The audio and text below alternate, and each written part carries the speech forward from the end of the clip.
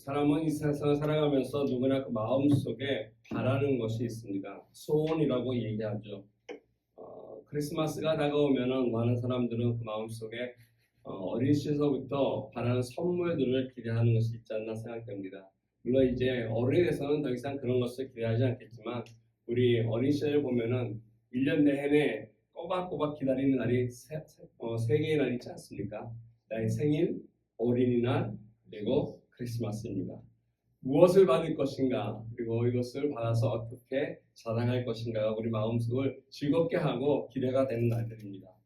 이와 같이 많은 사람들은 이 세상 살아가면서 뭔가 바라는 것, 어리다고 해서 그 소원이 작고, 또 어른이라고 해서 그 소원이 크겠습니까? 어른이 됐다고 해서 그와 같은 소원들이, 바람들이 사라진 것은 아니라고 생각됩니다.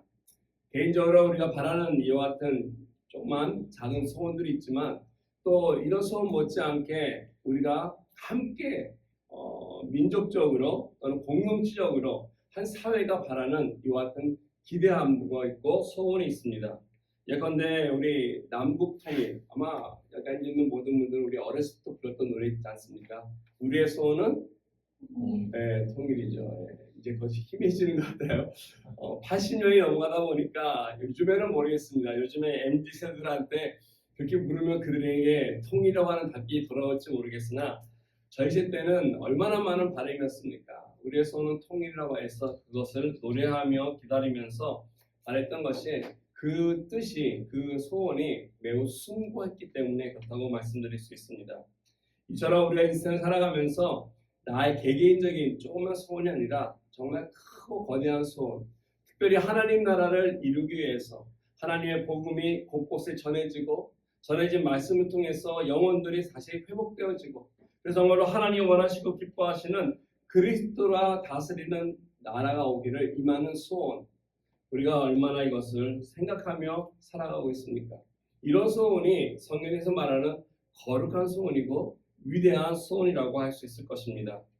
반면에 인생을 살아가면서 열심히 좀 더 잘 먹고 잘 입고 좀 더 좋은 곳에 살자고 열심히 노력하면서 살아가는 것, 물론 그것이 나쁜 것이 아니고 잘못된 것은 아니지만 매우 좀 소박한 것이고 작은 것이 아닐까 생각이 듭니다. 우리 학생들이 열심히 공부해서 학교 성적이 뛰어나서 그 학교에서 좋은 성과를 이루고자 하는 것들, 이런 것들이 나쁘다고 말씀드릴 수는 없으나 크고 위대하다라고는 말씀드릴 수 없을 것입니다. 어느 한 구미학생, 초등학생이죠. 이제는 초등학생이 잠자리 들기 전에 열심히 기도를 했다고 합니다. 기도하는 것을 열심히 기도하는데 이 기도하는 그 아이의 그 기도를 엄마가 지나가면서 들었습니다. 이 아이가 어떻게 기도했냐면 이렇게 기도하고 있었습니다. 하나님, 제발 터키의 수도가 로마가 되게끔 하여 주십시오. 터키의 수도가 로마가 되게끔 하여 주시오라고 간절히 기도하는 거예요.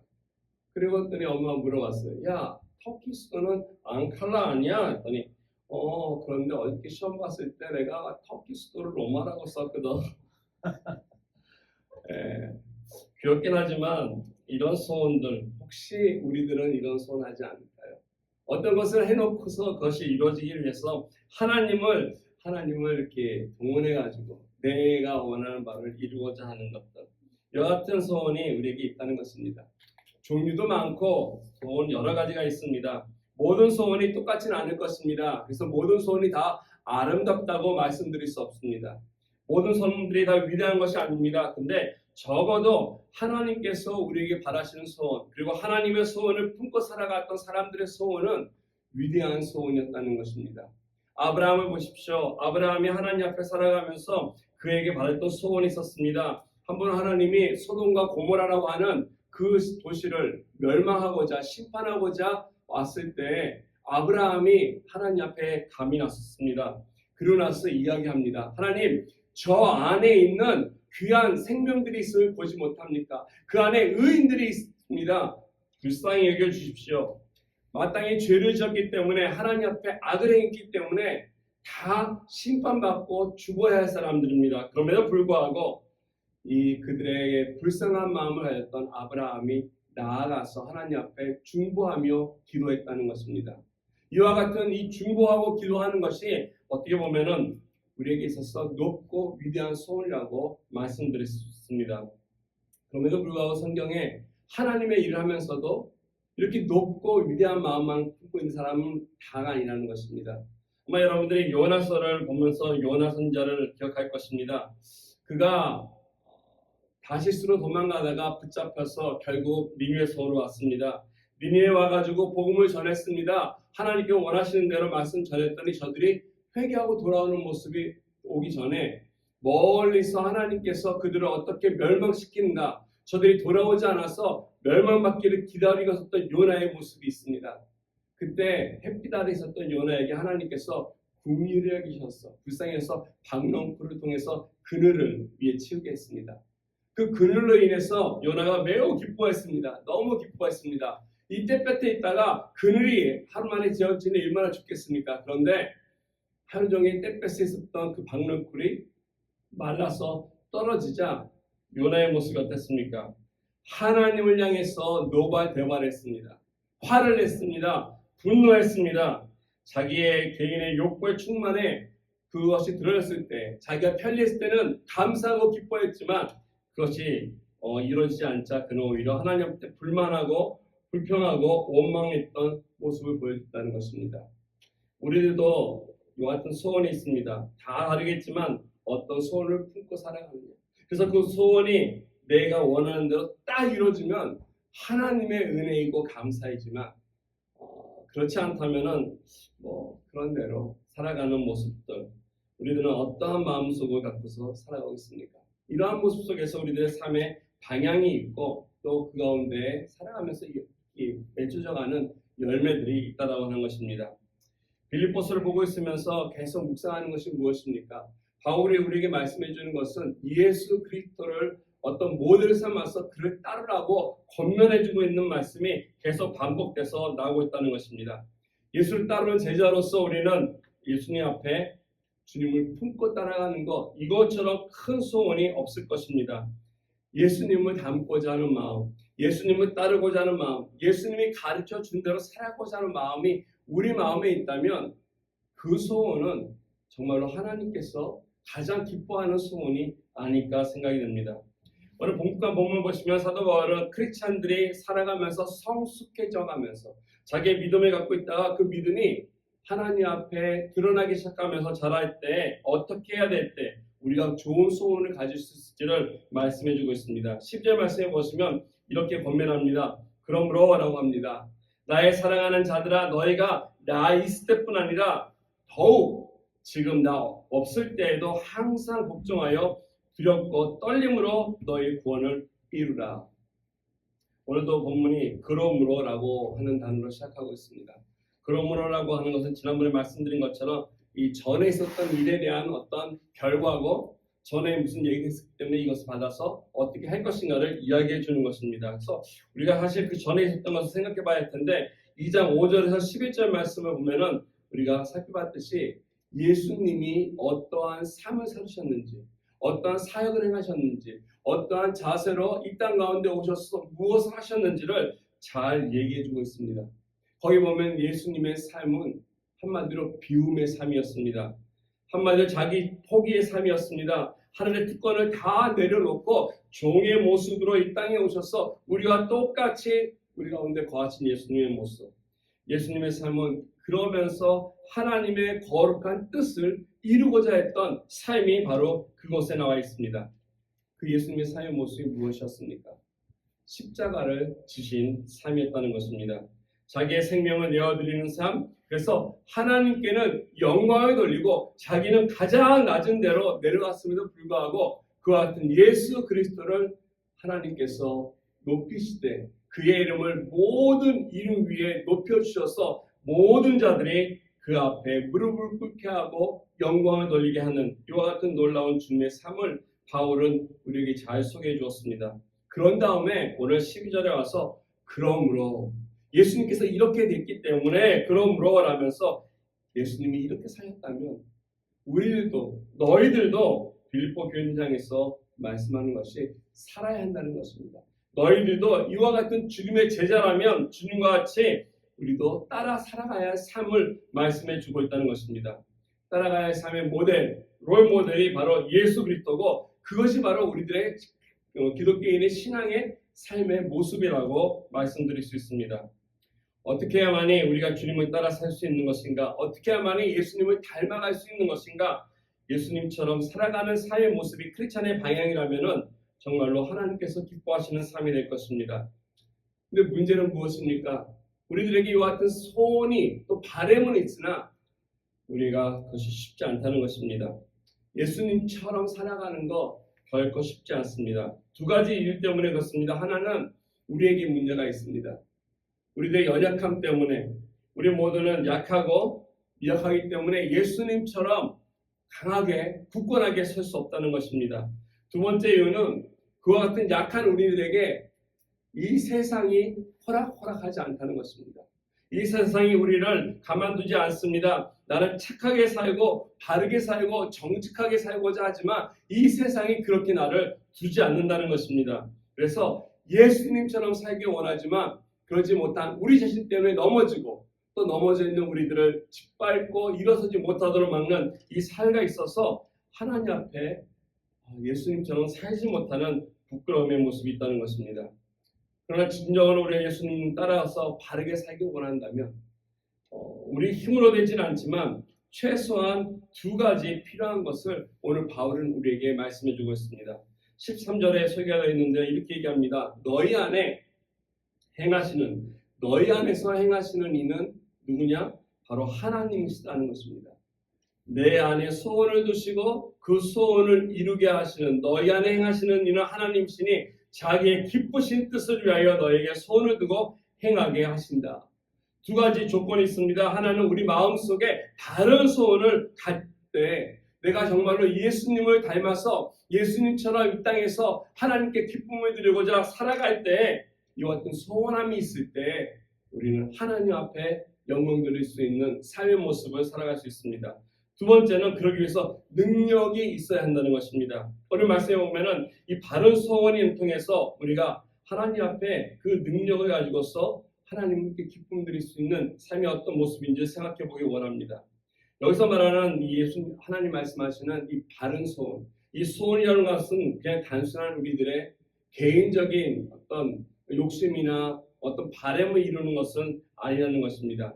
나의 꿈을 이루는 것이 아니라 하나님이 기뻐하실 뜻, 하나님이 성취하고자 하는 목적이 무엇인지를 우리는 고민하고 생각하고 그것이 우리를 통해서 이루어지기를 원하는 소원이 있어야 한다는 것입니다. 이런 측면에서 오늘 하나님께서 바울을 통해 말씀하시는 너희 안에 이루게 하시는 하나님, 그리고 너희 안에 소원을 두신 이 소원이라고 하는 것은 매우 높고 그리고 위대한 소원이라고 말씀드릴 수 있습니다. 이 위대하고 높은 이 거룩한 소원, 우리가 어떻게 우리 삶 속에서 이루며 살아갈 수 있겠습니까? 어떻게 해야만 우리 마음속에 이와 같은 건강한 소원이 있을 때 우리가 이 세상에서 하나님 앞에 바르게 살아갈 수 있느냐는 것입니다. 골든 맥도날드 책을 보면은 그 저자는 이렇게 얘기합니다. 현대인에 살아가는 사람들에게 있어서 두 가지 유형으로 나누면서 살아간다고 합니다. 한 사람은 이 세상을 살아갈 때 아무 생각 없이 마음에 끌리는 대로, 즉 충동이 이끄는 대로 살아가는 삶이 있다는 것입니다. 그래서 자기 마음대로 원하는 대로 아무 생각 없이 편한 대로 살아가는 사람들이 있습니다. 그러다 보니까 어떤 일들이 일어나냐면은 우리가 요즘에 계속 이 극단한 뉴스 통해 듣는 소식도 있지 않습니까? 이 묻지마 공격이라고 해서 묻지마 사건이라고 해서 누구를 죽이고 또는 어떤 일들이 일으키는 것. 그래서 범인을 잡아놓고 왜 그랬냐라고 물어봤을 때 특별한 이유가 없어요. 심지어 예전에 아이스라고 해가지고 이 테러리스트를 통해서 많은 사람들을 향해서 폭탄을 만들고 저지했었던 이런 사람들 가운데 영국 사람이었던 사람이 한 명 있습니다.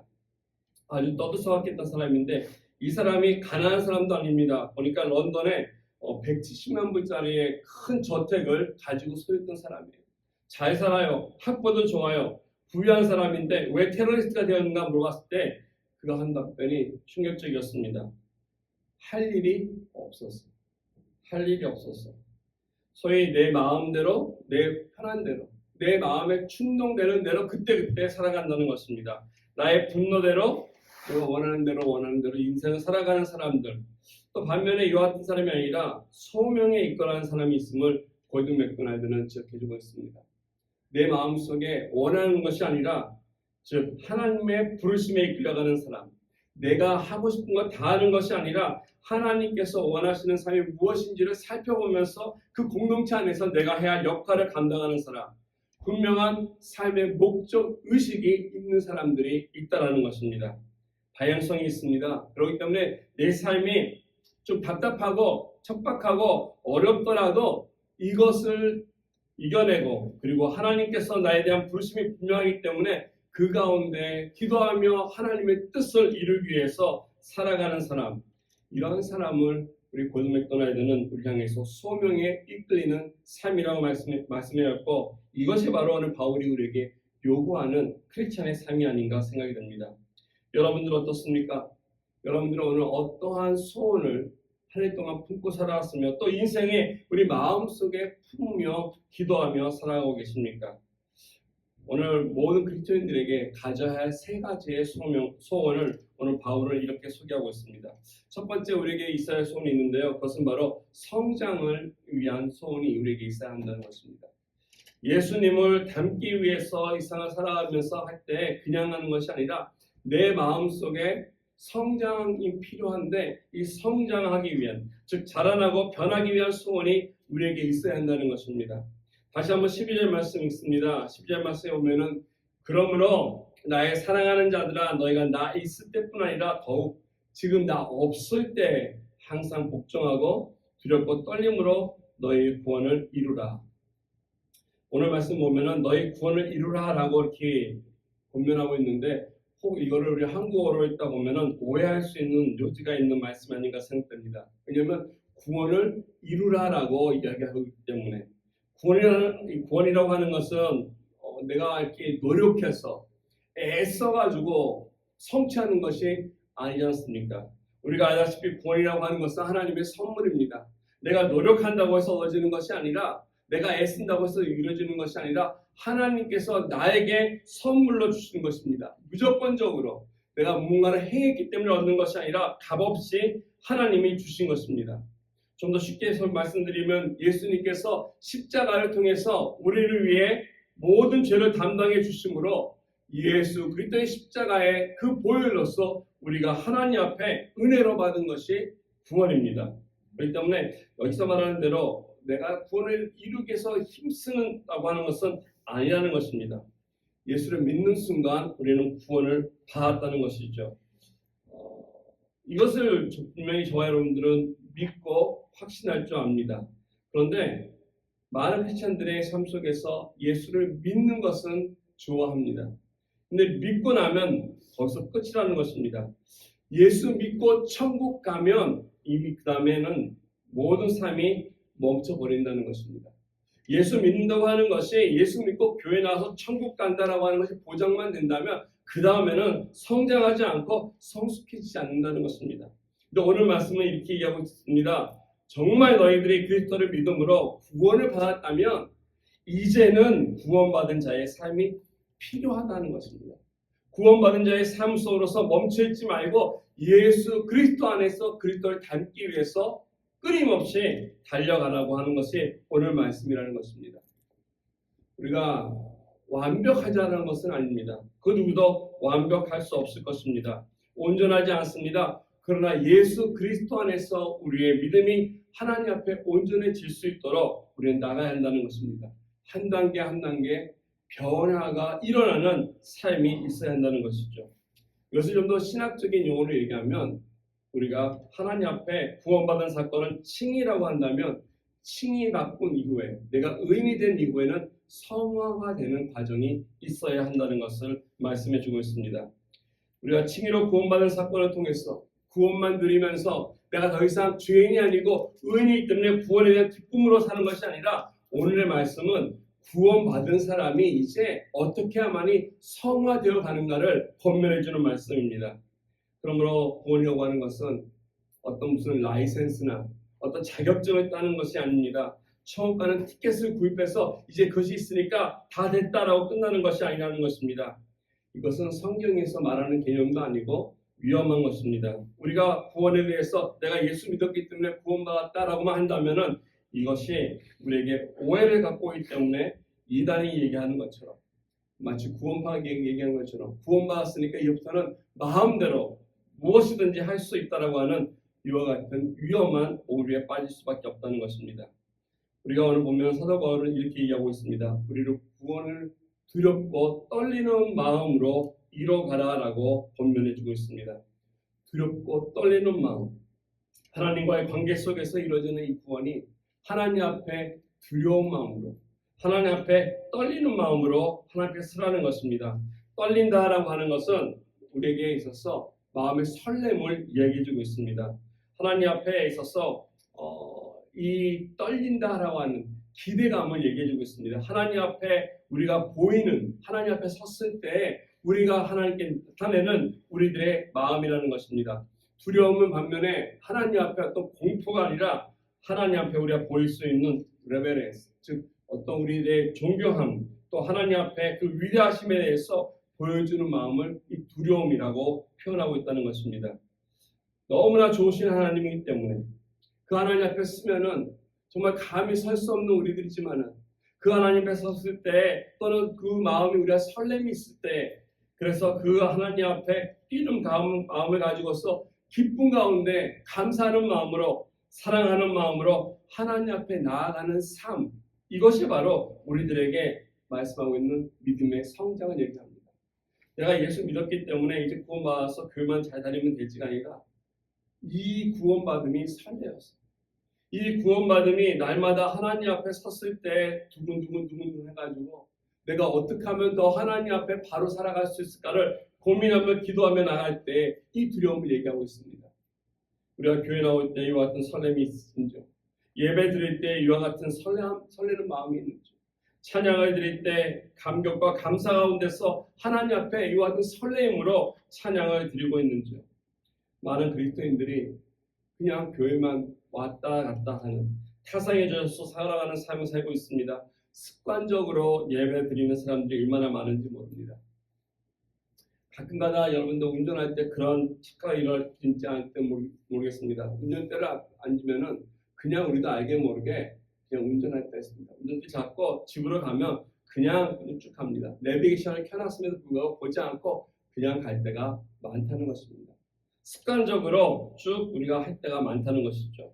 이처럼 교회 생활 동안 하나님 앞에 우리의 믿음 생활 동안 그냥 습관에 젖어서 타성에 젖어서 아무 생각 없이 하는 것이 아니라 오늘 바울은 두렵고 떨리는 마음으로 날마다 성장하라라고 우리들의 마음속에 이와 같은 소원을 가지라라고 우리에게 권면하고 있습니다. 이와 같은 소원이 있기 위해서 무엇이 있어야겠습니까? 그것은 바로 하나님의 말씀이 우리에게 필요하다는 것입니다. 하나님의 말씀을 먹지 않고 건강할 수 없을 것입니다. 하나님의 말씀을 배우고 건강해서 이 말씀을 통해서 더 깊이 하나님을 알아가는 삶, 또 두 번째 이 말씀을 먹고 하나님을 배우고 그 하나님을 드러내는 삶. 그래서 오늘 말씀에 보면은 구원을 이루라 얘기할 때 그 이루라가 continue to work, 계속 끊임없이 일을 하라라고 우리에게 권면하고 있습니다. 구원을 가만히 갖고 있는 것이 아니라 이것을 통해서 활동하라는 것입니다. 섬기고 봉사하고 선교하고 하나님의 나라를 위해서 일을 하라라고 우리에게 얘기하고 있다는 것입니다. 세 번째 이와 같은 가운데 성령 하나님께서 함께 하신다는 사실을 잊지 말라는 것입니다.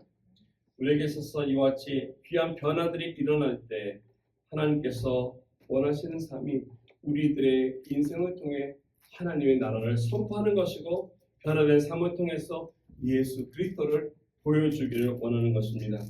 두 번째 우리가 가져야 할 소원이 있습니다. 그것은 바로 바른 삶에 대한 소원이라는 것입니다. 우리가 이 땅을 살아가면서 바른 삶을 살기를 원해야 한다는 것입니다.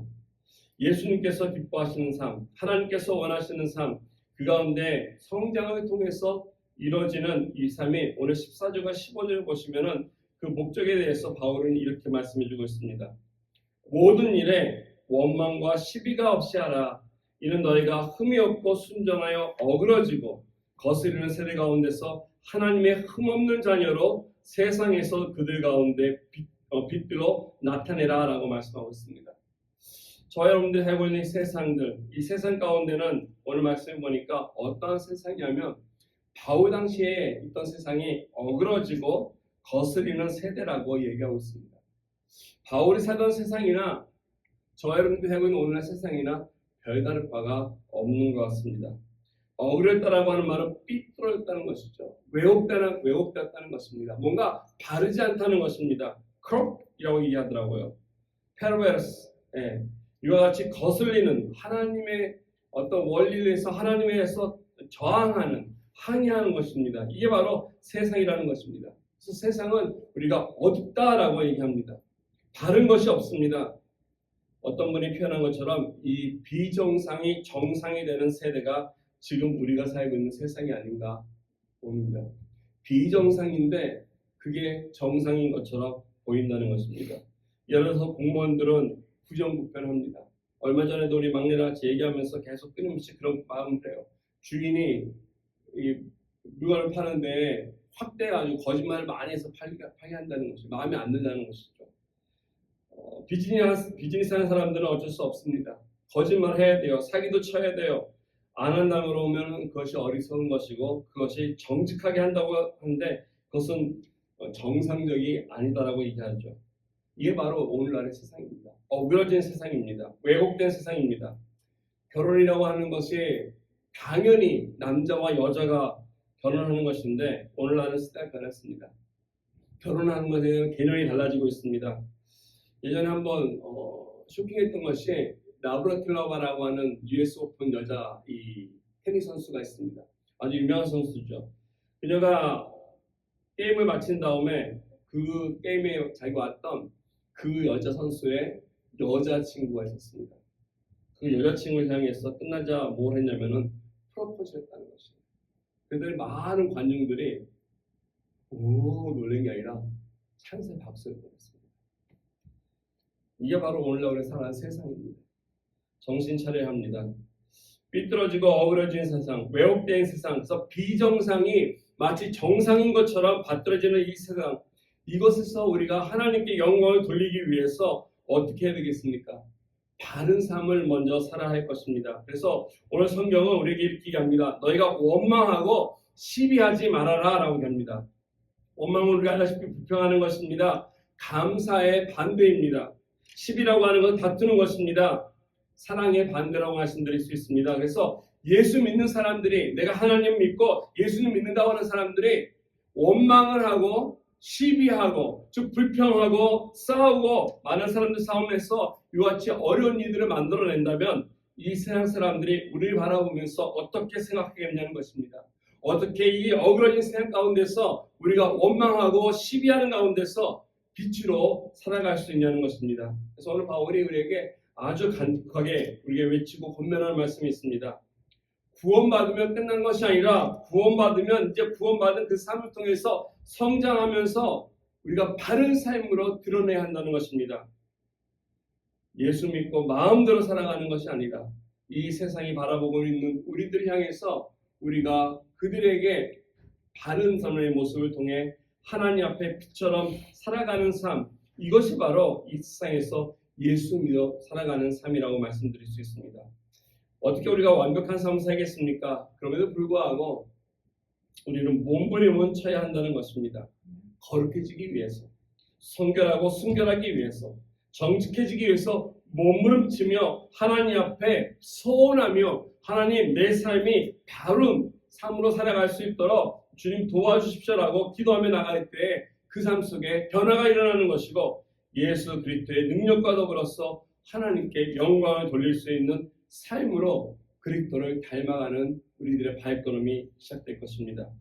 마지막 세 번째로 우리에 필요한 소원이 있습니다. 그것은 바로 인생을 살아가면서도 우리가 주님의 날을 기다리는 소원이라는 것입니다.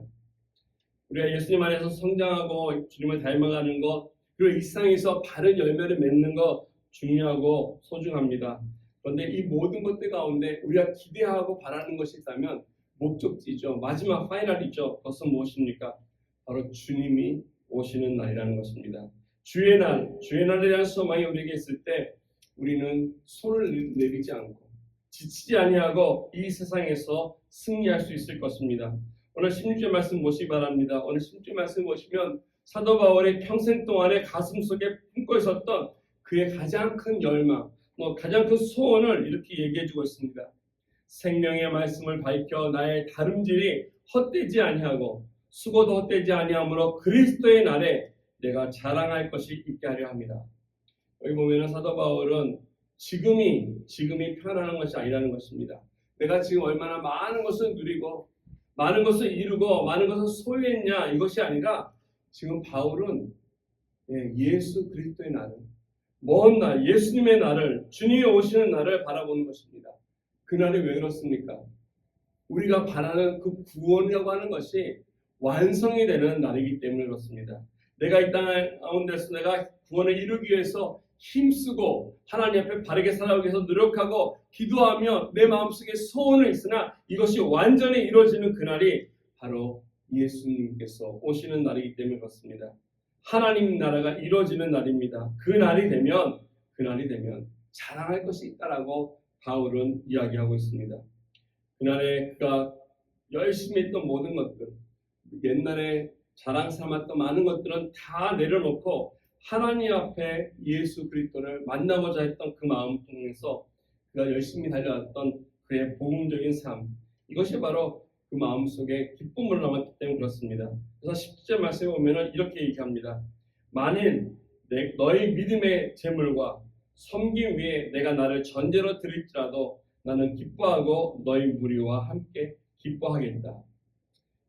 너희 믿음이 성장하고 너희 삶 자체가 하나님 앞에 영광이 되어진다면, 그래서 우리 함께 하나님 앞에 온전한 재물이 될 수만 있다면 내가 나의 모든 것을 전제와 같이 쏟아부어도 아깝지 않겠다. 전제라는 것은 바로 어떤 제사를 드릴 때 그 위에 마지막으로 쏟아붓는 포도주를 이야기합니다. 상징적인 말이지만 순교라고도 말씀드릴 수 있습니다. 하나님 앞에 내가 너희들을 위해서 하는 모든 수고가 그리스도의 날에 이루어질 그 구원만을 바라본다면 전혀 아깝지 않겠다라고 하는 것을 이야기합니다. 뿐만 아니라 기뻐하겠다는 것이 사도 바울의 소원이었습니다. 바울의 소원을 봤을 때 저 여러분들의 소원 어떻습니까? 바울은 이 세상의 영광에 관심이 없던 사람이었습니다. 주님이 오시는 그날 앞에 섰을 때 자기를 통해서 예수 믿어 한 사람 한 사람이 자기에 대한 면류관이 될 것이고 영광이 하나님 앞에 드려지는 귀한 열매가 될 것을 알았기 때문에 그는 데살로니가전서에 이와 같은 고백을 하지 않았습니까? 나의 자랑이 무엇이냐? 내가 그동안 공부한 것이 아니라 나의 영광의 면류관이 무엇이냐? 다른 것이 아니라 주 예수 그리스도 강림하시는 그때 그분 앞에서 너희가 아니냐라고 하면서 바울이 함께 사역하고 함께 하나님의 나라를 이루었던 귀한 성도들을 향해서 이야기하였습니다. 바울이 전도해서 복음 증거하고 양육했던 사람들, 이런 사람들이 바울의 면류관이었고 영광이었고 저와 여러분의 삶 속에서도 이와 같은 소원이 있기를 간절히 바랍니다. 무엇을 위해서 이 땅에서 우리가 오늘도 열심히 살아가고 계십니까? 물론 우리가 이 현실 속에서 관심을 갖고 살아가는 거 중요합니다. 우리도 이 세상에서 잘 먹고 잘 살아야 합니다.